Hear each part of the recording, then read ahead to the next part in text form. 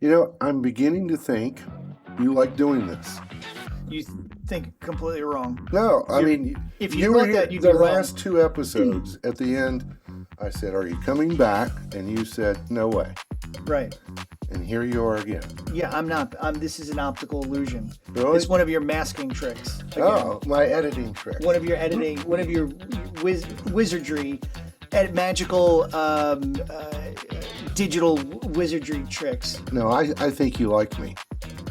Well, I mean, more than Here we go again. More than like Here we go I again. think you know that. He's touching me again, folks. I just think that nobody wants to hear. Why on earth would anybody listen to Anthony Ruffalo and Keith Wilson? Because we have a wealth of information. Whatever. I'd rather listen to a much bigger name. Like I'd rather listen to The Compound with Josh Brown.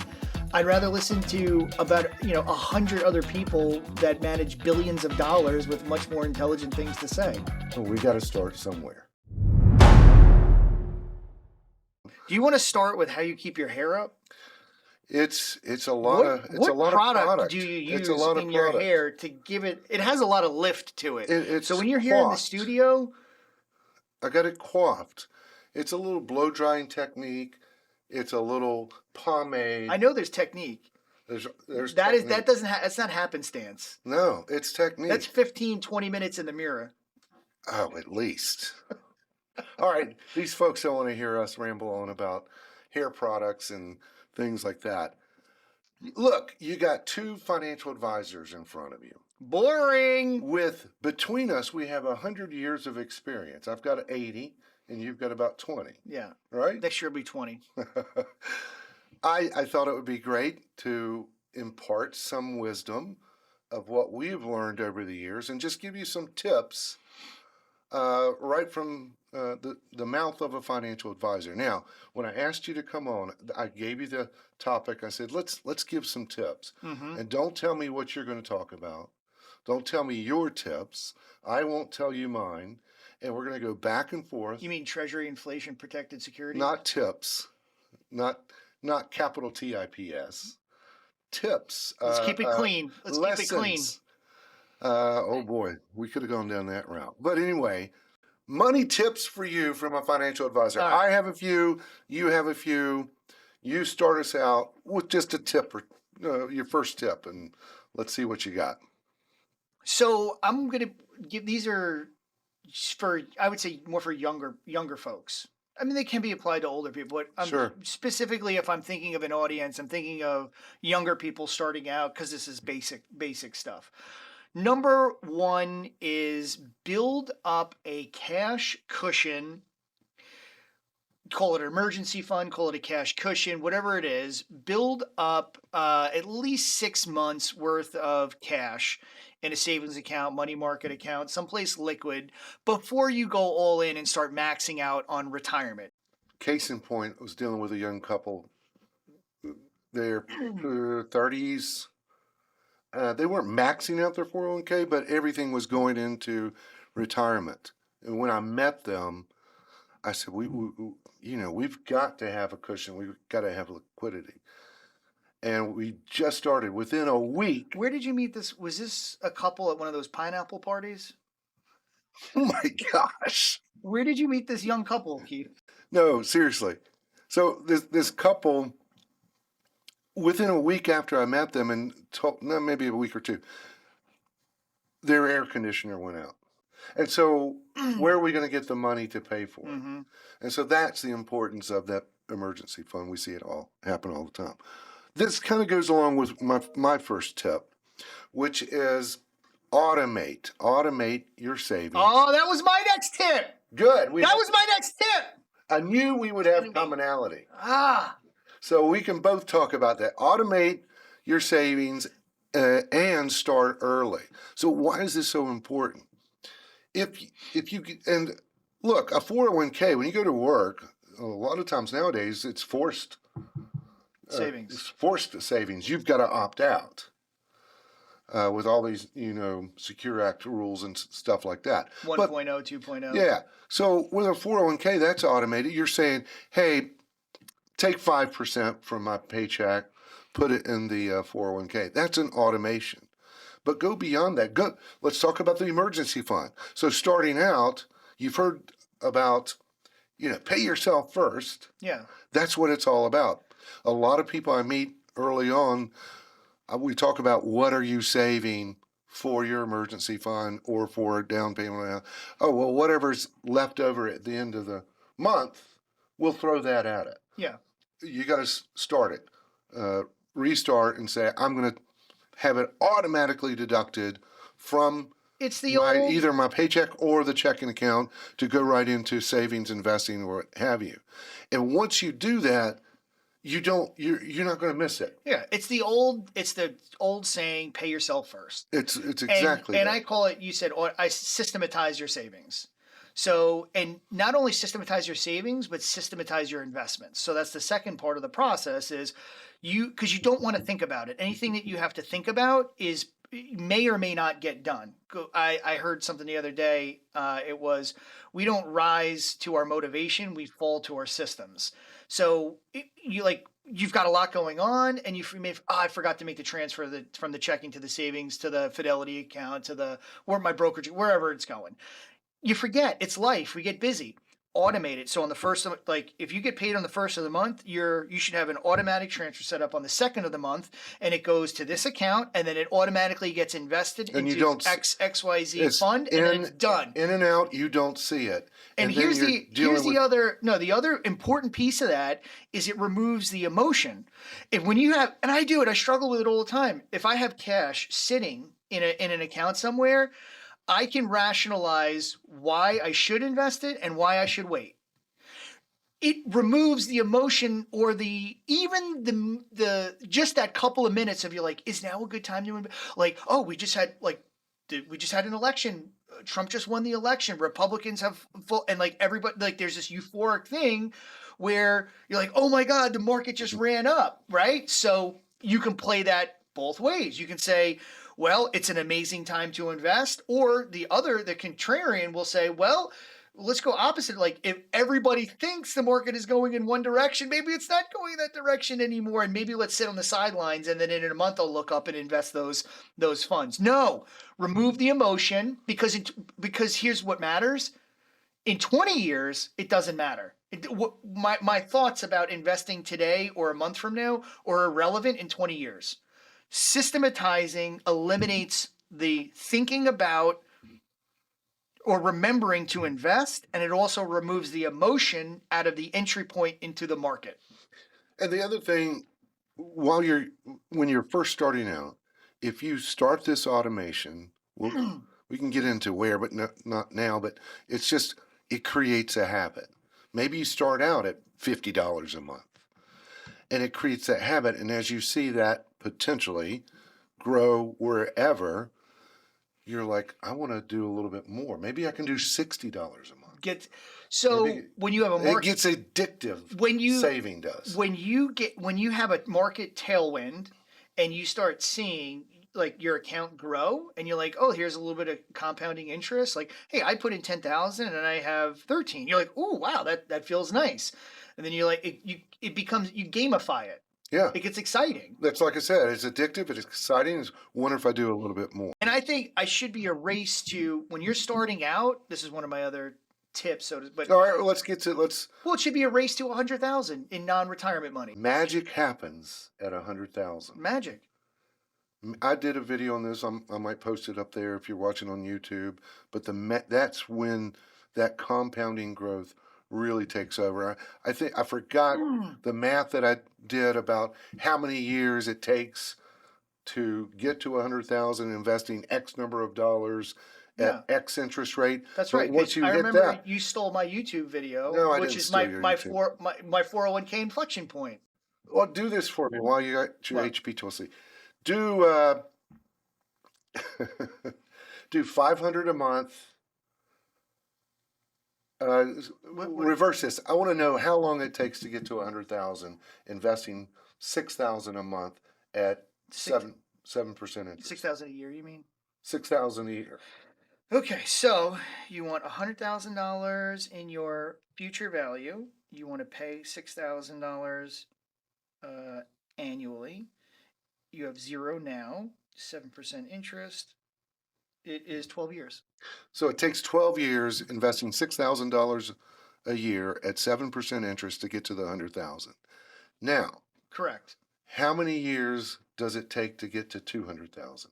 So, all right, $100,000 would be our present value with $6,000 in payments, right? Mm-hmm.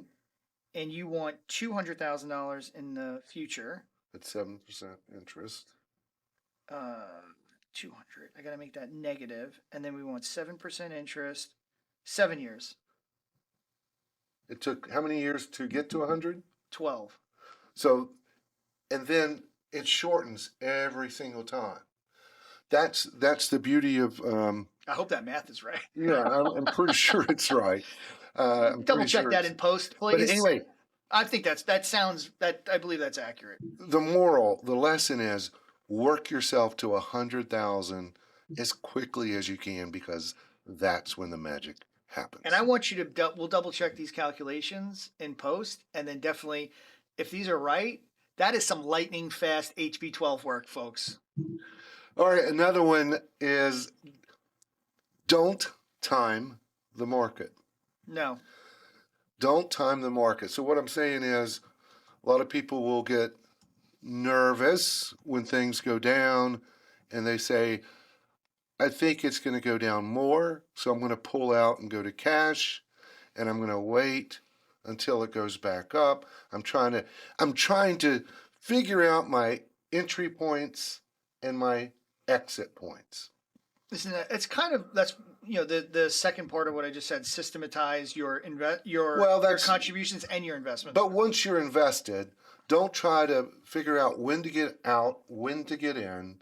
Stay the course based on your risk tolerance levels and your time horizon. So if you have somebody that's 30 years old, they want to retire at 60, they have a 30-year time horizon. In my opinion, keep plunking dollars down. All the rest is noise because we're going to have years where it's going to go down. But historically speaking, 85% of the time, the stock market is positive. And you just got to go through these down periods. By trying to time the market, you got to be right twice. 100% right. When to get in, when to get out. And studies have shown it's best to stay the course. Don't time the market. You might have to tweak it. And then there's all sorts of pieces out there. If you miss like the 10 best trading days, you cut your your historical return by half or something like that. I read somewhere, I think it was a Fidelity report that said the average investor, their return is something like 2.8% a year on average. Sure. Whereas the market is whatever, depending 9-10%. And the reason the study was showing was the average investor makes their decisions on emotions. Sure. Here's a great recent example. If you were sitting on the sidelines because you felt one way or the other about the election, and you weren't fully invested, and the day after the election, what was the S&P was up 5%, and the Russell and the small and mid cap indexes were up like 5 or 6% respectively. So let's just say you missed that one day, and at the end of the year, hypothetically, S&P's up 30, you got a 25% return. What's 5%? What percentage of the return of a 25% return? 5.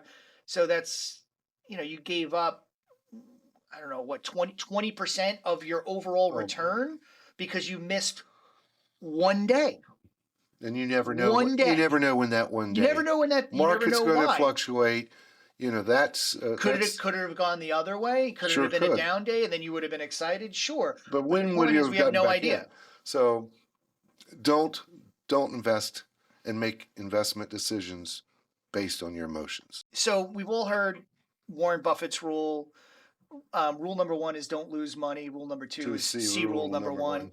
Never stop compounding. Well, it's easier said than done because sometimes you don't get to make that choice. But as an individual, a hard lesson that I learned when I was younger, and I discounted it. not on the investment side, but on the income side. Consistent income is so important to building wealth, especially when you are young. When you have consistent, predictable income, it allows you to systematize your investments. It allows you to invest automatically and systematically and unemotionally. It allows you to stick to a budget because you don't have crazy erratic cash flows or gaps in employment. And it also allows you to, as long as you're sticking to your budget, you never have to dip into your savings. So for example, what happened to me was in 2008, I bought that big stupid condo. I also bought a big stupid car. I extended myself with payments. And I also decided in the midst of a financial crisis to change broker dealers. But consistent income is why I have teachers that have never made more than $80,000 in a 30-year career that have millions of dollars saved versus salespeople that make $300,000 a year that don't have two nickels to rub together. Consistent income allows you to have a budget that you stick to, and you're not robbing from Peter. You're not chasing lifestyle or hoping that this thing comes in, this commission comes in, that So, you're going to live so off of. with fluctuating incomes, like with sales and real estate people commissions, set it at this is my target income. If I make more, that's great, but I want to live on X number of dollars. Yeah. All right, I got another one. The most, in my opinion, the most overlooked type of an account is the brokerage account, the taxable brokerage account. If you've watched my videos, if you listen to my podcast, you know I'm a big proponent of the three bucket system: tax deferred like your 401k, tax free like a Roth, and taxable like a brokerage account. So a brokerage account is just simply an investment account. It's non-retirement. Why is it important to have one? The flexibility, number one. Like an Olympic gymnast. Oh yeah. Very flexible. It's They can important. they can just contort in any way they want to, right? They can adapt to any situation without injury. Oh, it's very flexible, meaning it's liquid. It's not like a retirement account where you got to follow all these rules of when you can take money out. It has no restrictions on it. No matter what your income, you can contribute. There is no restrictions about pulling it out or income limits. Anybody with any income can contribute. And most important, you cut the government out of the partnership. The tax situation. So Some of of it, it, because you but always have to pay taxes on anything, but like a there 401k or IRA, to your point, you're governed you've got an by. IOU on that account. Well, you're governed by, so you've got DOL rules and vis-a-vis ERISA. So ERISA extends over to 401ks and some IRAs as well, and there are which is good and bad. So there's credit protection that comes along with having those type retirement accounts, and there are benefits to that. However, whenever there are benefits, there are always cons, and there are restrictions, and there are golden handcuffs, so to speak. And I'm not saying one's better than the other. What I'm saying is exactly what balance.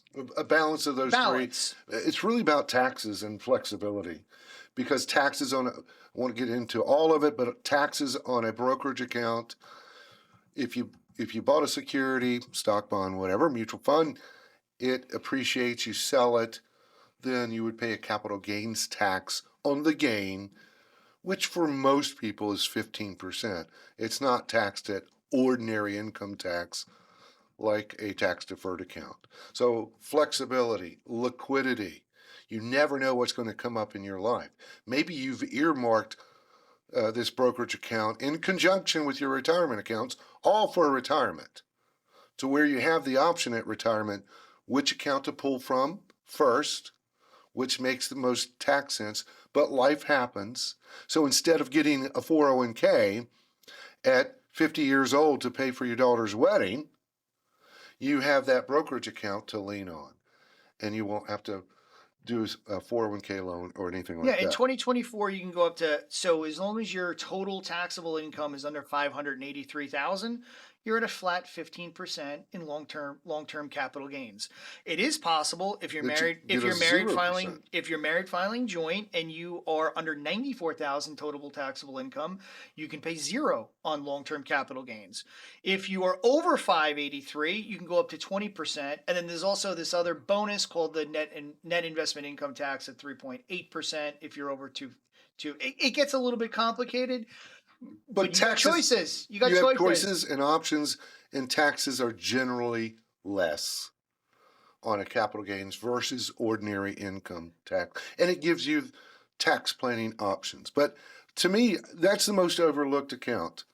A lot of people are going to max out their 401k and go down that one road. Mm-hmm. So having a brokerage account gives you options. Again, we're not tax professionals. Seek your tax advisor about all the tax consequences, but have that option. What's next on your list? Avoid complex investments, and also, once you get to your, let's say you get to your $100,000, I see this a lot with successful people. What else should I be doing? Well, what got you here? Was ne- it working It that got you there? You don't need to be doing anything else. You just need to continue, rinse and repeat until your six-figure balance turns into a seven-figure balance. There's a, People feel the need to get more complex as their wealth grows, and it couldn't be further from the truth. So keep it simple. What's working for you? No need to add Yeah. complex. Let me. It's a good Listen, I get it. It's a good question.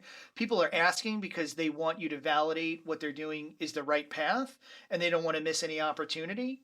So as long as you have your buckets covered, and you're getting a little bit of an upfront tax deduction on some of your pre-tax stuff, you got some after-tax stuff and some, maybe some Roth stuff, and you've got a good balance and a good mix of tax diversified accounts.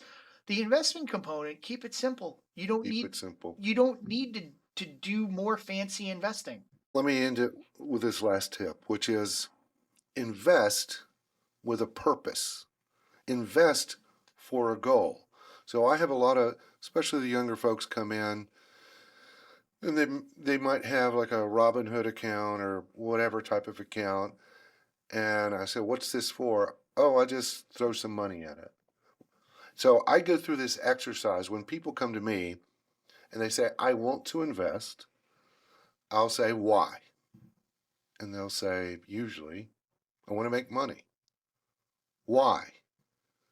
And I'm trying to get them to think and funnel them to get to a target. Well, if they have a Robinhood account, it's probably hard to get them to think.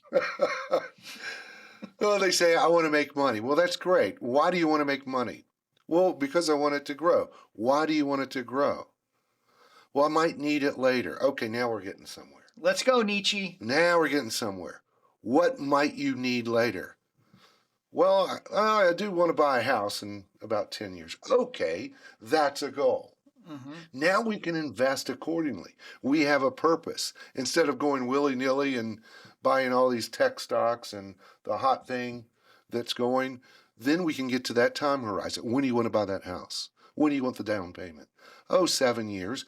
Let's invest accordingly. Or someone might say, well, retirement. I want to retire early. Now we have a goal. So when you invest with a purpose instead of just playing around, then you can invest accordingly, because investing for a 7-year time horizon for a down payment on a house is going to be far different Sure. than investing for a retirement that's going to happen 30 years. And it's nothing wrong with having multiple accounts. That's my house goal, and it's invested differently. This is my retirement goal. This is my college funding goal for the kids. So invest for a purpose according to your time horizon and age and whatever goal you have. Don't go at it, as I say, willy-nilly. All right, those are a few tips. Hope that helps you. Probably not. I don't think I didn't find anything about that entire conversation helpful. Then why are you here? That's a good question. And you're going to come back next. I can't. No, I'm not coming back. Why? I'm not doing this anymore. Hey, if you like this video on YouTube, or if you're listening to us on the podcast, give us some feedback. Give us a like. We don't give us a want feedback. review. We do want feedback. We don't want feedback. We don't want reviews. Follow and we subscribe. We don't want follows. I don't want I don't care.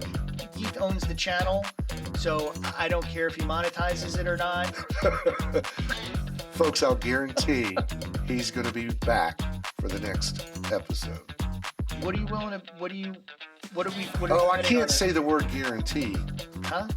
I'm a financial advisor. I can't say the word guarantee. If it's FDIC insured. FDIC insured that you'll be back.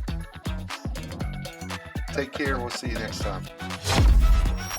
If you like what you're seeing so far, check out this next video. Subscribe to the channel. Lord willing, we'll see you next time.